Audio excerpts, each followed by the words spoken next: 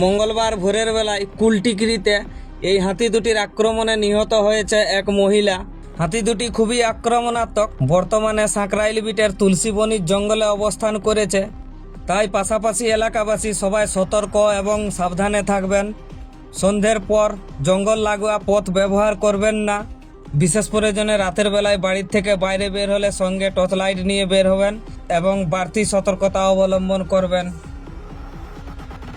একটি বিশেষ অনুরোধ, হাতিদের উপর ঢিল বা পাথর ছুঁড়ে তাদেরকে উত্তপ্ত বা বিরক্ত করিবেন না।